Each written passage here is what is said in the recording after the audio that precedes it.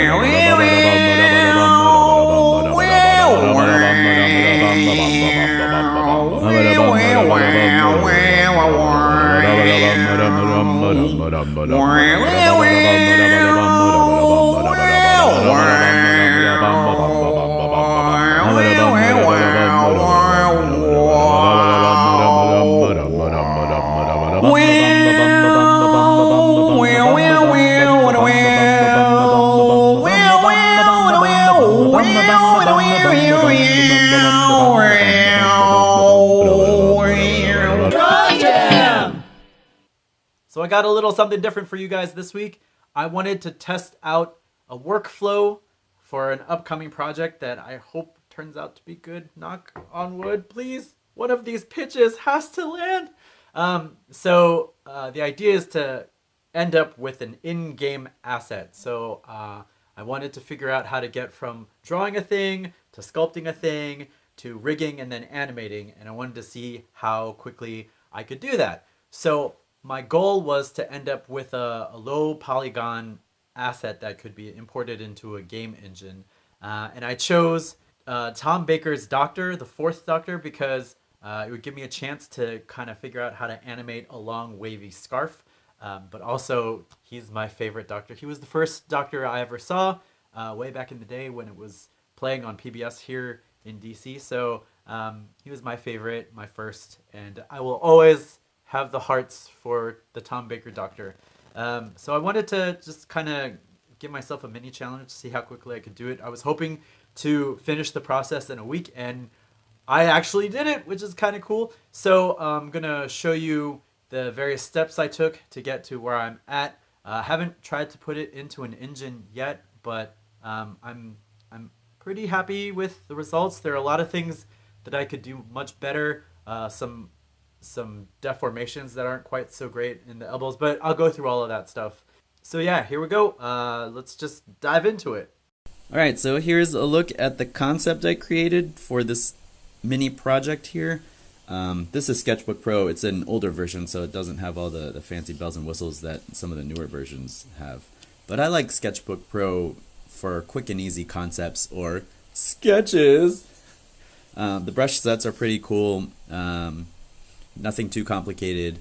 You have all the layers if you want. You can do your layered doodads and all this kind of stuff. But mainly I was just looking for some interesting shapes that I could work with. Like I concentrated mostly on just getting a good gesture down for the character instead of getting too fussy, because I wanted the impression of Tom Baker, but I didn't want to get too accurate with it because I knew I was going for like a stylized version of him. And I don't know, sometimes when you're drawing a concept, you can get way bogged down in the weeds. Like if I was really going hog, I could have like rendered the scarf a little bit more and tightened up all of the stuff, or started a new layer and then gone in with like a more thin brush so I could get more accurate details of what I was trying to do.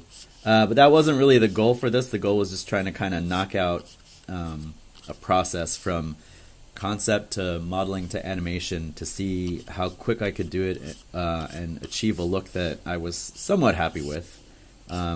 There are parts in this pipeline that I'm not very good at, like the rigging and the animation is something that I'm definitely a newbie at, and I need a lot more practice with. But when it comes to like sketching something or getting down a quick idea, that's something I know how to do. So this process took all of like 20 minutes. This was the shortest thing in this whole thing. So, but yeah, just a quick sketch. This is what I started with, and now we'll hop on over to ZBrush. All right, so this is my ZBrush file.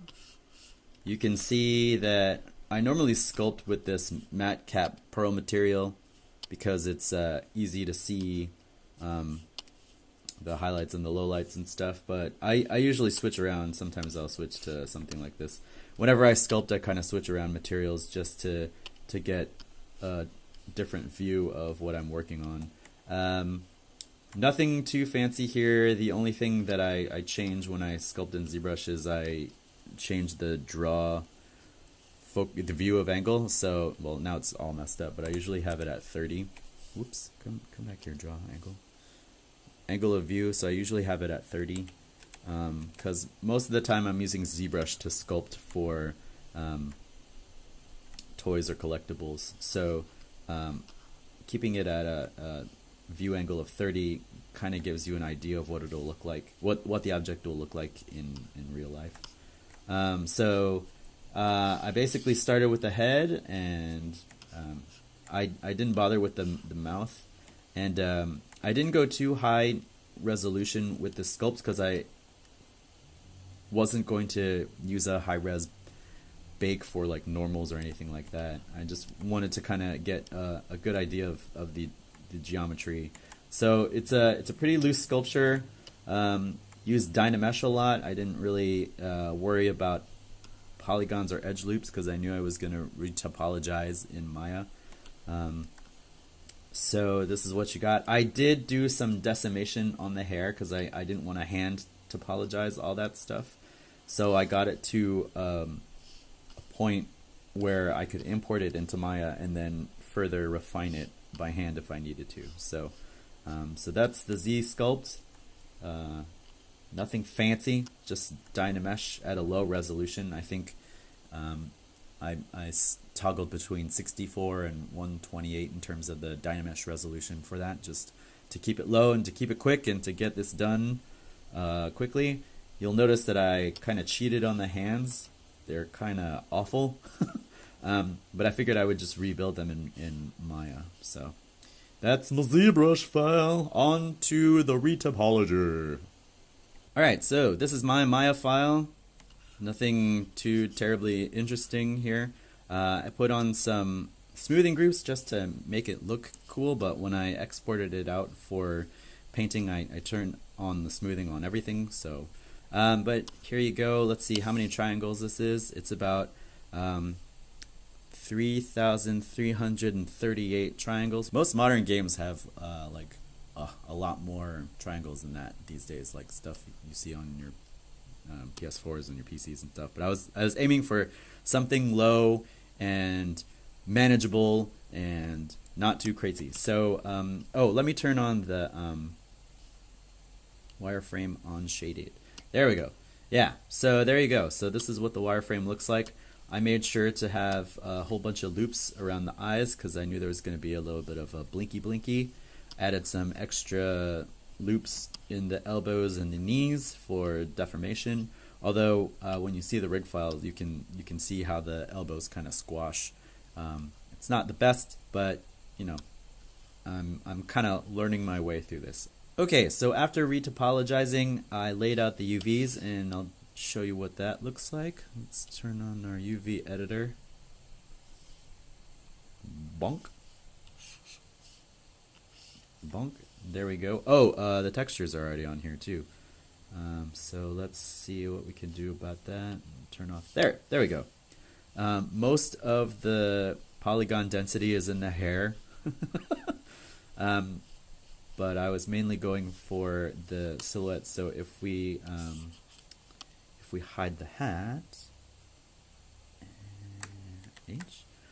you can see that most of the form is in the parts that jut out from the hat.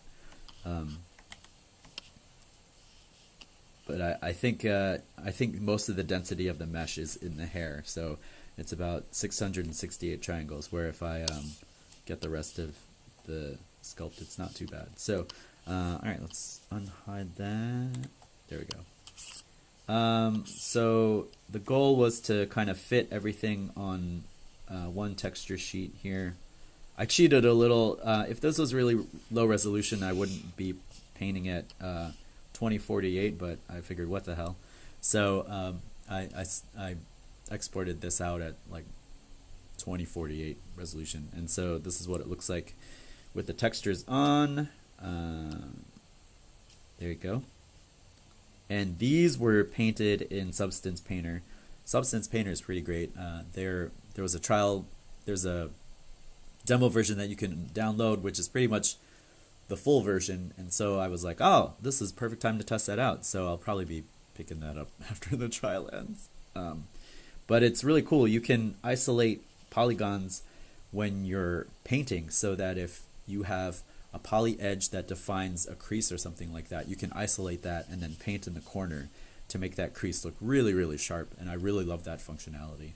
So after texture painting, I went on to rig this sucker, and we'll show you that file. All right, so here is our doctor all rigged up. I used a free plugin called Advanced Skeleton. And let me just open it up. And it has all of these different options for you to mess around with, from setting up your modeling file to importing a skeleton and joints and all that kind of stuff. There are a lot of tutorials on that. I did not use Advanced Skeleton for the eye setup because for the facial features to work in Advanced Skeleton, you have to do a whole bunch of, you have to make sure your loops are all there, but you also have to make sure there's a whole face. So I just needed the eyes set up here. Okay, so this is set up for mostly forward kinematics. It's not so great here at the elbow. You can see when I kind of turn it, the volume of the elbow kind of squishes in, and that's because I didn't put any blend shapes to kind of correct that kind of stuff. If I was gonna spend more time with this, I think I would go back in there and fix this elbow deformation. I also didn't do anything with the fingers. They're rigged, but this is just what the default was. So there's a lot of stretching here, but there wasn't going to be much finger motion in the animation I was going to do, so I knew that. So, but if I wasn't being lazy, I would probably go back in there and do that. The eyes and the face and the eyebrows, I did that by myself. I did that by myself. I did that without the plugin, so I did that all by hand. So you got some eyebrow that goes up and down. The lower guy goes just down there. And then the eye socket can expand or contract like this. So if you want to do like, I'm freaking out. Eyebrows, they go up and around. It's not the best. I think I need to clean up this geometry a little bit because it looks janky when you kind of do the word look here. But I like this deformation where it influences the rest of the forehead. I guess I could make it jiggle the hair a little bit, but it was pretty good for a quick turnaround. And then the eye controls, this eye focus is built into Advanced Skeleton, so all you got to do is hook up your eye joints and then do the rest of it. So I kind of like the skinning on the face, even though it's just the eyes. I didn't do anything with the nose. I guess I could have, but whatever.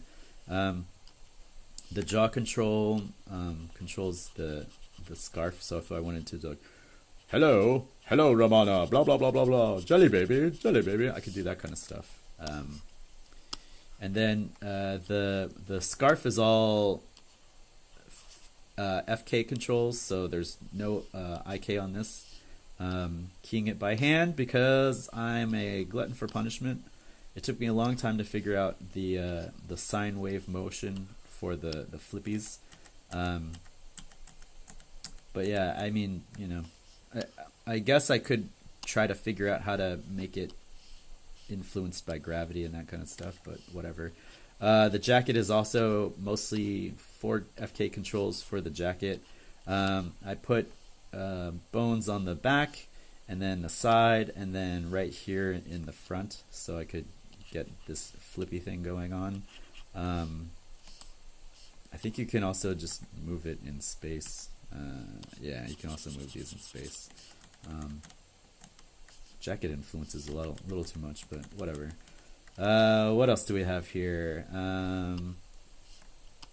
These controls, the hip controls are baked in, or baked. They come with advanced skeletons, so you can get a lot of interesting things going on there. This hip motion, you can make him wiggle his butt. So yeah, I mean it was quick and easy. Well, it wasn't easy, but it was pretty quick.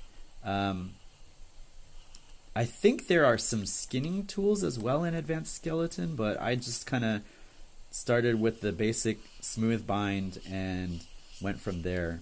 Painted the weights myself just to make sure the deformations were where I wanted them to be. So we got some nice movement here. Oh, that breaks. The only thing that I'm not so happy about is the elbow deformation, as I said. But let's see, we can switch to, Advanced Skeleton lets you switch between FK and IK, so let's see. Now the hand can be moved like and then, whoops, there we go. And then twist it up and stuff like that. So yeah, I mean, I was really impressed with Advanced Skeleton. It's free for people to try out. If you're using I think you can buy a license if you're working on a professional project or something like that. But if you are not a technical director or inclined to become a technical director, Advanced Skeleton is great for quick and dirty rigging. They provide a lot of options, a lot of controls, and you can add in stuff to your rig that is not standard with Advanced Skeleton. They come with like a bipedal rig and then a quadruped rig, but you can also add joints and tails and all sorts of things. So like the scarf is definitely not included with Advanced Skeleton, so I set that up myself. And then when it comes time to rig the whole thing, it just sets up FK controls for it. I think there's a way you can set it up so that it'll do IK controls for any additional joints that you put in, but like I said, I mean, I'm an amateur at best at all of this stuff. This is mainly to test out a process. And then I went and animated it. So I'll show you my really terrible animation file. Okay, so here's the animation file. Not much to it. I turned off all the controls just because it's cleaner this way, but you can see it's a simple scene. I set up a ground plane. This is a Arnold skylight or whatever. And I used IK on the legs because it was easier for me to key the legs that way. But the rest of it was all forward kinematics. So when you see the animation all together, it moves too fast. So there's a lot of little things in here that they added, like when he goes up at the high point, his eyebrows raise. When he hits the ground, they kind of close a little bit. I wanted to play more with his eyes because Tom Baker has those crazy eyes. There's also some cape flare going, or not cape, jacket flare going on.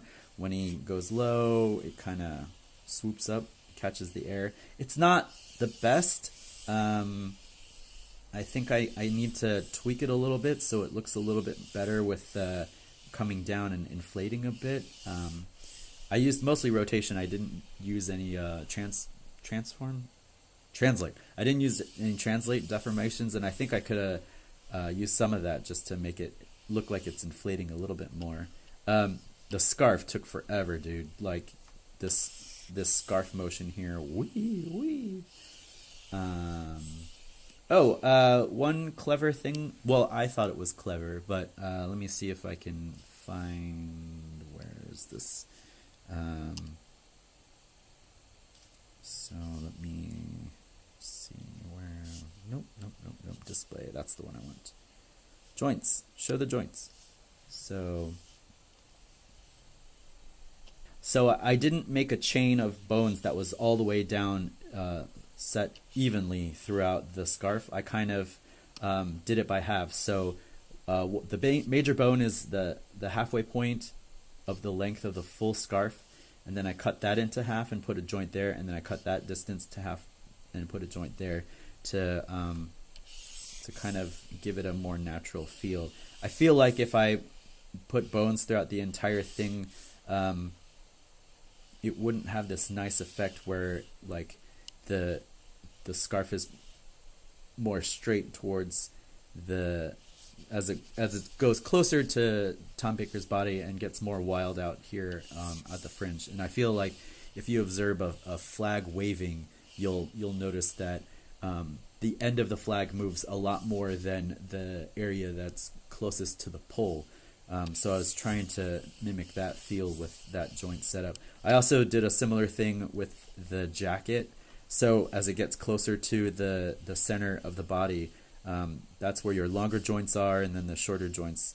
It's a smaller joint chain. I only used 3 instead of, let's see, 1, 2, 3, 4, 4 over here. But I thought that was a nice little trick. I forgot where I heard that from, but I've been watching a lot of rigging videos and game dev stuff. So, but yeah, so there you go. I managed to complete this project in like 5-ish days, from concept sketch, which was pretty simple, to sculpting in ZBrush, to retopologizing in Maya, to texturing and rigging, and even doing a quick and dirty run cycle. So process works. There are parts where I should definitely tweak things, like I could spend more time on the animation, which I was planning on doing anyway, but getting it to this point was pretty good.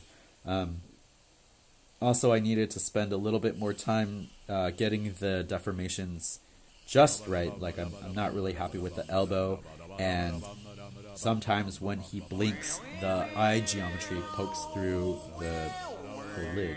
Let me turn off the skeleton, that's a little distracting. But yeah, so far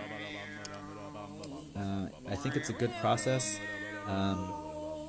Hopefully I will be able to tell you more about why I was doing this later.